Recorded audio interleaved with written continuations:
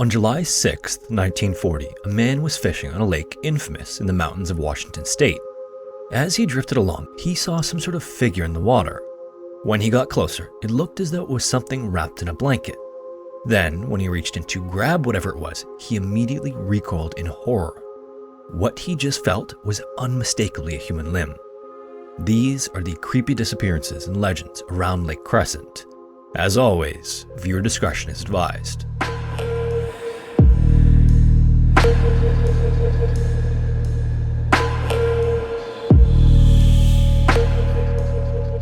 Today's video is sponsored by Babbel, one of the top language learning apps in the world.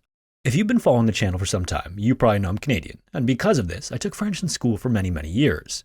Around a year ago, when Babbel first reached out to me, and after years of being out of school, I could barely put together a single sentence anymore because of how out of practice I was. This was honestly a bit of a bummer because of how much time and effort it took to learn French in the first place. This is why I was super excited to work with Babbel when they reached out. Babbel's lessons are all designed by real language teachers, so lessons have you go through several ways to learn the same concepts, like matching words with definitions, spelling words out, using the correct grammar, and even practicing your pronunciation, just like this. La randonnée qu'on a faite était chouette. La randonnée qu'on a faite était chouette. So not only does it accelerate your learning and enable you to have real-world conversations, but it's actually a fun way to learn, which obviously makes it that much easier to go through the lessons. And the best part about this is that when I'm away from my computer, I can do all the lessons from the Babbel app on my phone. Babbel even has different subscription options, like a lifetime subscription that's an insane value for what you get for it. So I'm curious to hear what languages all of you would want to learn, because right now, Babbel is offering 60% off a subscription for all Scary Interesting viewers, and this comes with a 20-day money-back guarantee, so there's no risk in giving it a try, with the link in the description below. Et maintenant, la vidéo d'aujourd'hui. That means, and now, today's video. There's something about lakes in the mountains, at least from the perspective of someone used to lakes on the East Coast. On the East Coast, the experience is very different. The lakes get far warmer in the summer and are often shallower. They're typically not at elevation, and the flow of water into them isn't from glaciers and meltwater high above. Maybe the most visually striking thing, however, is that the water is so crystal clear in many of these mountain lakes. In fact, to really put this into perspective, water clarity is measured by taking a black and white disc and lowering it into the water and then measuring how far down it's still visible. Crater Lake in Oregon was measured to have a visibility of 139 feet or 42 meters. This makes it the clearest anywhere on Earth. So at the shore of many of these mountain lakes, you can look down and see the bottom as it extends away from the shore for far longer. You can also see many of the massive submerged boulders and fallen trees as outlines in the darkness below. For the same reason that many people have thalassophobia in the ocean, the experience is similar. Many of these lakes were also gouged out by glaciers during the last ice age, making them far deeper than you expect from their surface area. So similar to how the mountains rise around the lakes, they continue below the surface for hundreds, sometimes thousands of feet. That brings us to Lake Crescent. Inside Olympic National Park in Washington state, you'll find Lake Crescent, a lake that was once a deep, dry, glacier-formed valley.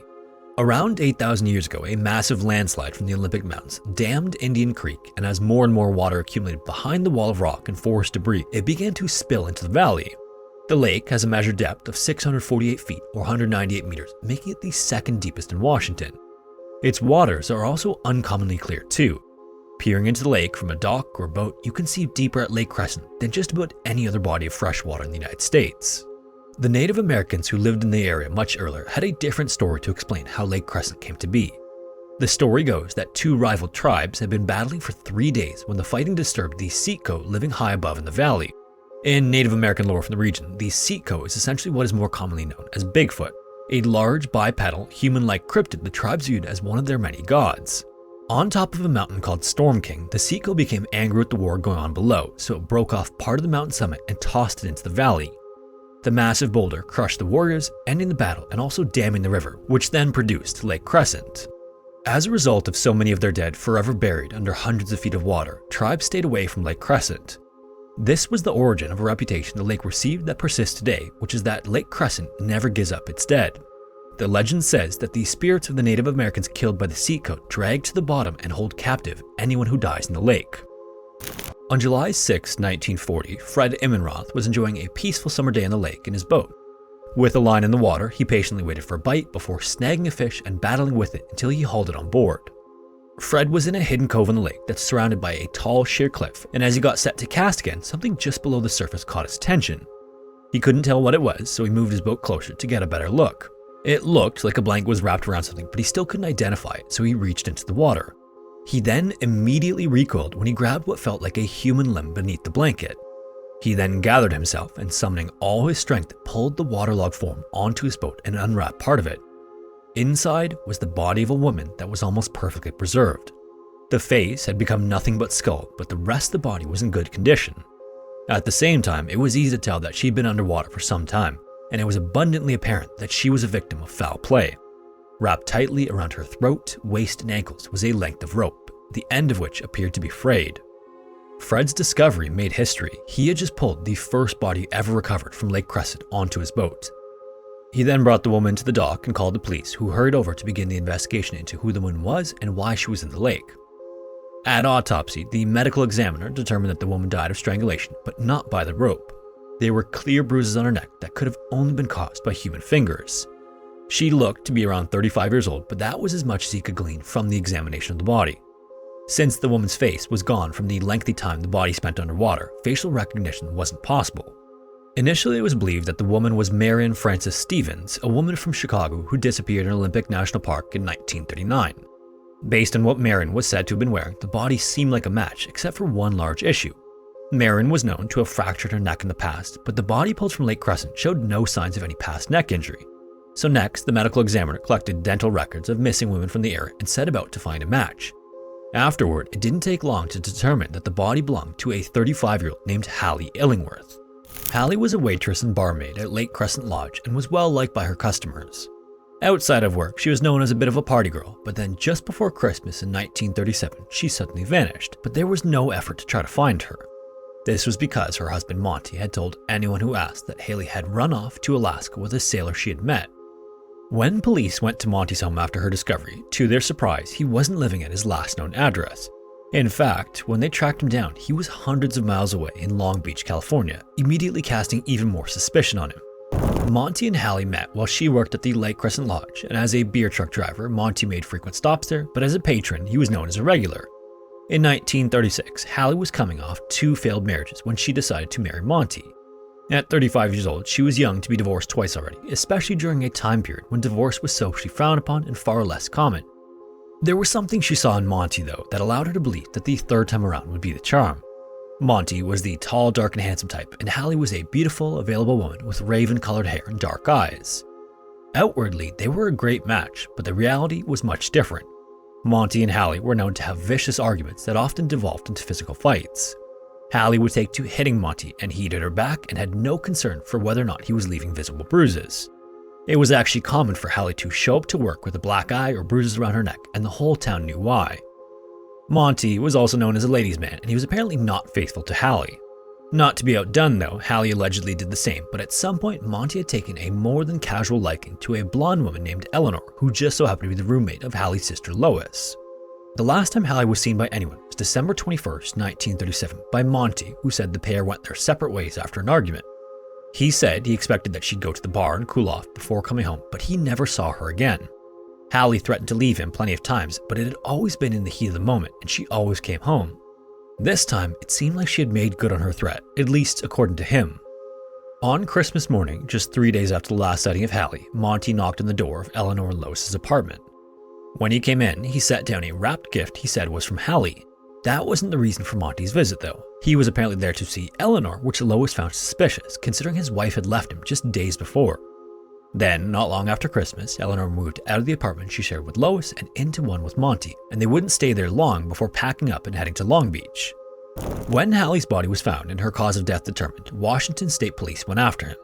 He was picked up by California officers and brought back to Port Angeles, where he was officially under arrest for Hallie's murder. Monty, however, maintained his innocence and told authorities that he'd be more than happy to face charges because he didn't murder Hallie. At trial, the prosecutor planned to present the jury a very simple and plausible theory that Monty strangled Hallie in a fit of passion when the argument boiled over. Then, he disposed of her by tying weights to her body before dumping her into Lake Crescent. Monty and the defense would relent, obviously, and their case would rest on proving Hallie left Monty and ended up in the lake by someone else's hand. The first witness called by prosecution was Earl Enos, who managed the distributing company that employed Monty. Earl's testimony was perfect for setting the prosecution's narrative since he was with Monty on the night of the 21st. The company was putting on a party for the soldiers at nearby Fort Worden. The prosecution claimed that this was the cause of the argument that led to Hallie's murder, which likely took place between 3 and 6 a.m. on December 22nd. Earl also said that months after Hallie disappeared, Monty told him that she'd been located in Alaska, and he served her divorce papers, essentially putting the situation to bed in his mind. Part of Earl's testimony, however, included one important fact that could tie Monty to the murder of his wife. Sometime before Hallie vanished, Monty asked Earl if he could borrow a portion of rope, which she agreed to, but Monty never gave it back. A pathologist then testified for the prosecution and showed magnified images of 3 different ropes. The first was the rope wrapped around Hallie, the second was what remained of the rope Monty borrowed from, and the third was a rope for sale at the store Earl bought it from. The microscopic images were identical. Then, further complicating the defense's case was the estimated time of death and the state of Hallie's remains.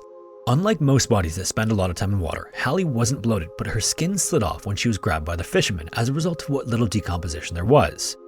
Her skin, however, seemed to have a shiny glow to it, almost as if it had been covered in soap.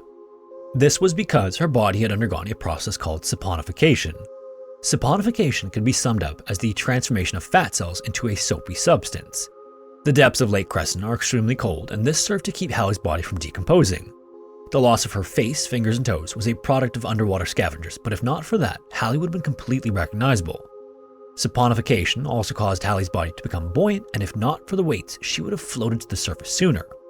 Once the rope rotted and her body broke free, her body left the bottom. It had spent 31 months, and because it had been so well preserved, they were able to determine her time of death to be roughly around the night Monty said she disappeared, and not sometime later.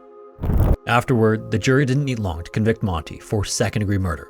He was sentenced to life in prison, but only served 9 years before being paroled. As for Hallie, the discovery of her body marked her entry into Lake Crescent's lore. She's known as the Lady of the Lake, and the locals believe she haunts the Lake Crescent Lodge and parts of the lake itself. Sightings of her have been reported all over the hotel, and those who have seen her say she looks as if she's moping around. Guests of the lodge have also reported loud clattering up and down the stairs at all times of the night, and in the lounge, the music suddenly blares with no explanation at all. Others have reported seeing her walking along the shore and even on the water, describing her as a glowing entity that appears to be covered in soap.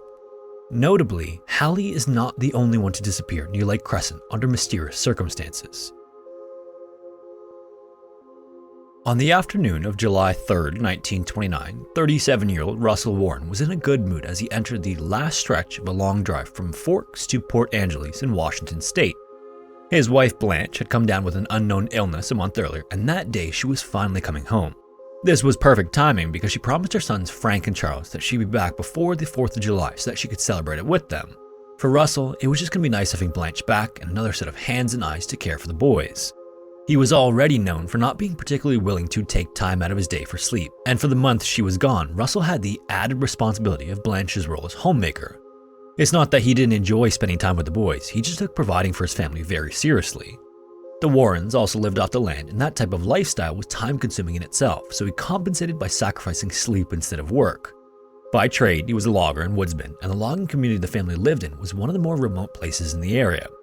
He was also a hardened, rugged man for the most part, with the exception of when he was around Blanche. Soon enough, he arrived at the hospital and pulled his 1927 Chevy sedan to the curb. Then, with a little help, Blanche climbed out of a wheelchair and into the car, smiling as she did. Russell clearly wasn't the only one who was happy about the day. Blanche was excited to see him and the boys, and they were just as eager to see her. She was a loving, attentive mother and just loved spending time with them. When Blanche was all settled, Russell got back in the driver's seat to begin to drive, but instead of going straight home, he had a surprise. He drove to an appliance store in Port Angeles and bought Blanche a brand new washing machine, something they had needed for some time. Then, because a month had passed since the last time anyone had shopped for groceries, they headed to the market next to pick up the food they couldn't produce themselves. Then, with everything carefully loaded, the couple got back into the car, left the parking lot, and headed for home. This was the last time either of them was seen again. The boys were being watched by family, and when their pickup time had come and gone, concern grew. Russell was known to be prompt and often rigid in scheduling his day, so after some time, the police were notified, but there wasn't much they could do right from the beginning. They did manage to retrace the couple's movements from the hospital, but the trail went cold the moment they left the parking lot at the market. It would be another 2 weeks before the local newspaper picked up the story of their disappearance, but once word got out, it set off a firestorm of rumors. People in the town theorized that the Warrens abandoned their children and started a new life somewhere else, but there was absolutely nothing in their actions or words leading up to their disappearance to support this. Other people thought they were killed by drunks, and some even entertained the idea that they were bootleggers transporting moonshine over state lines when they ran across a gang of rivals who murdered them. A neighbor of the family also reported what appeared to be a large patch of freshly disturbed dirt near their property, but when police dug it up, all they found was a dead cow. A little over a month after the disappearance, the most credible lead in the investigation surfaced. A man came forward to report the discovery of tire marks, broken glass, and a few torn branches on the western side of Lake Crescent. These tracks were just off Highway 101, more commonly called Olympic Highway. This stretch was notorious for its hairpin turns, switchbacks, steep edges, and a complete lack of guardrails back then. The case file noted that the tracks were right near a sharp curve next to Lake Crescent. Police then sent a dive team into Lake Crescent on the off chance the Warrens somehow ended up there, but after descending to 80 feet or 24 meters without finding the bottom, the dive was abandoned. Then, with no other leads to run down, the sheriff put the case file in storage just 2 months later. Almost 30 years later, in 1955, a longshoreman named Bob Castle began to pursue a bucket list item. As a longtime diver, Bob dreamed of discovering a sunken Spanish galleon one day and finding an old cannon for himself. He spent lots of time researching the last known locations of galleons that had sunk, but none had ever made it to the North Pacific Ocean. Then one day in his search, he came across a blurb about Russell and Blanche's disappearance. The story of how Frank and Charles were orphaned broke Bob's heart, and that day it became a complete obsession for him. He then spent the better part of the next 46 years personally investigating the Warrens' disappearance, trying to locate that one clue or tip that was overlooked. He also became an expert on Lake Crescent through this process and spent almost every day at the library filling a binder with notes and newspaper clippings. In 1956, Bob and a friend even spent the entire summer diving as much of the lake as they could, but eventually had to admit defeat. By then, Bob had nowhere to go with the case, and he too had to shelve it and move on with his life. In 2001, Bob was 78 years old, and he realized his time was growing short. As he started getting his affairs in order, he came across that old binder. It brought back memories of the Warren boys losing both their parents and how they never received any answers. Bob didn't want the case to die with him one day, so he organized the binder and walked it a few blocks from his apartment to the Olympic National Park office. At the main desk was Dan, a park ranger who had never heard of the Warrens' case before. Bob then explained to Dan the reason for his visit and handed over the binder. Dan sat down after Bob left and opened the binder. He skimmed the first few pages and decided to pore over it later. When he finally did though, he didn't put it away until he read every last page. One thing that jumped out in Bob's notes was that the sheriff at the time strongly believed the car tracks belonged to the Warrens, but that the couple were unreachable at the bottom of the lake. That was as good a starting point as any, and on the 72-year anniversary of the Warrens' disappearance, Dan led the first dive search for them since 1956. Every weekend from that point, Dan and the Olympic National Park dive team searched for the couple, but came up with nothing. Then, on the morning of December 7, 2001, they descended to about 70 feet or 21 meters and came across a crevice in the rocky slope. Inside it, they found a black flower vase. It wasn't just any flower vase though. It was a very specific flower vase for a very specific location, which was the dashboard of a 1927 Chevy sedan. Then nearby, a second item was found hanging off the underwater rock face, and that was the metal lid of a washing machine. The items were gathered and brought to the surface for study, but with winter fully setting in, the year would close with no further discoveries. Searches for the Warrens resumed the next spring, and the biggest breakthrough came on April 13, 2002. Dan sent 2 divers into the lake and told them if they discovered anything to send a buoy up to the surface. It wasn't even 15 minutes when a buoy came shooting out of the water. In the dive support boat, the team then spent an agonizing hour for the divers to decompress on ascent before learning about what they found. When they were finally at the surface, they told Dan they found the Warrens' 1927 Chevy sedan. The car was partially buried on a slope around 171 feet or 52 meters deep and in great condition, all things considered. After hearing the news, there was complete disbelief among them. Bob was even standing next to Dan on the boat when the news came from below, and his eyes immediately welled up. The moment he had worked so hard to make happen had finally come to fruition after 46 years. When the car was first discovered, there were no obvious signs of human remains, and before anything was disturbed, Dan wanted to make sure the family knew about the find and asked for their blessing to look through the wreckage. Dan received this shortly afterward and was part of the group of divers who went down to see what they could find. Inside the car, however, they found a woman's blouse, but little else, meaning it was possible the couple wasn't actually in the car when it went off the cliff. Even worse, every search after the car was found came up empty. As more and more weekends went by with nothing, Dan and the volunteers had to face the very real possibility that the Warrens might have been behind their own disappearance after all, or something else had happened to them. Still, the search went on for months and then for years. 2 years later, on May 29th, a diver named John was among the divers meticulously searching Lake Crescent for any sign of the Warrens. The original purpose of the dive was actually to return the personal effects that had been removed from the car back to their proper place in the wreck. While he was down there, John searched around for anything that may have been missed, and when he was sure nothing of interest was around, he started to ascend. During a decompression stop at around 150 feet, he spotted a massive cedar tree lying on the bottom, roots and all. It actually took his breath away, it was that stunning.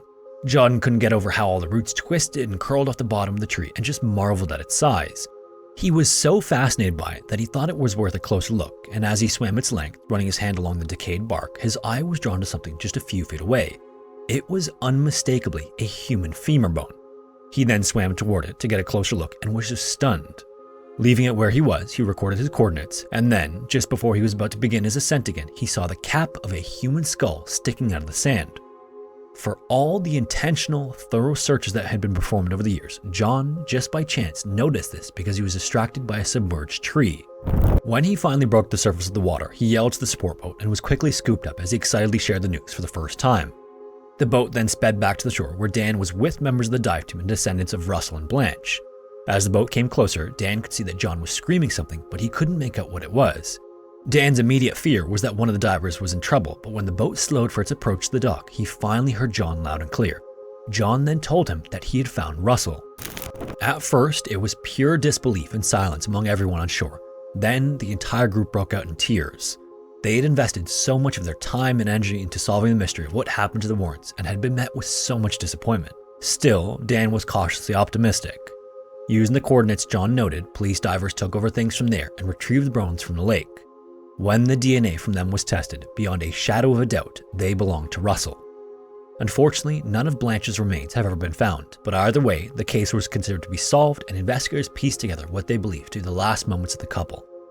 After picking up the groceries in Port Angeles, the couple settled in for the drive home.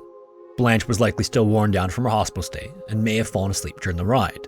Behind the wheel, Russell drove along Olympic Highway, probably looking forward to getting back to the old routine he enjoyed before Blanche got sick. The month she was gone had taken a lot out of him as he sacrificed what little sleep he usually got for the sake of work and taking care of the boys. Then, with the consistent rumble of the road beneath them as Blanche slept, Russell dozed off just before reaching Meldrum Point. Then, just before the curve, he opened his eyes and slammed on the brakes, but it was too late. A moment later, the car was airborne and falling 400 feet to the lake below. In fact, in their initial investigation in 1929, police had interviewed a family member who reported that Russell had dozed off and narrowly avoided a similar scenario. Outside of the deaths of Russell and Blanche, the greatest tragedy of the case was that Frank and Charles both died believing their parents abandoned them, all because of the local rumor mill. Their lives were completely upended on July 3, 1929, but beyond that, they had to endure the town gossip and merciless teasing from their classmates, mocking them for their parents not wanting them anymore. For a time, right after their disappearance, Frank and Charles stayed with a local tavern owner, but eventually they moved to Montana to stay with Blanche's mother. Since she didn't have much room to spare in the house, the boys were left to spend every night outside in an old chicken coop. They would eventually be removed from the house and split up between family members, but tragedy seemed to follow them throughout life as well. Charles was extremely forthcoming about the tragedy, talking about it with anyone and everyone who would listen, just to get their theories on what happened after he laid out all the facts. It came off as a bit of a compulsion he couldn't control until one day he just stopped talking about it. Anytime he was asked about his parents afterward, Charles would shut down and refuse to say anything else. As an adult, he worked as a fisherman, and at the age of 47, he was lost at sea and was presumed dead. His body has never been found. Frank's life after his parents disappeared was one of extreme anger. The older he got, the more it seemed to grow. In adulthood, he was known to be arrogant and pompous, and there was little more he loved than picking fights. He would eventually die of acute alcoholism at age 57. Russell and Blanche's 8 grandchildren took a keen interest in what Dan was attempting to do, and one of Charles's sons would show up at Lake Crescent for every dive, remaining on the shore and hoping to learn of some big find. When the grandchildren learned that some of Russell's remains were found, the Warren family finally got to experience peace for the first time in almost 75 years. If you made it this far, thanks so much for tuning in. If you have a story suggestion, feel free to submit it to the form found in the description. And once again, a huge thank you to Babbel for sponsoring this video. Make sure to check them out using the link in the description for 60% off a subscription.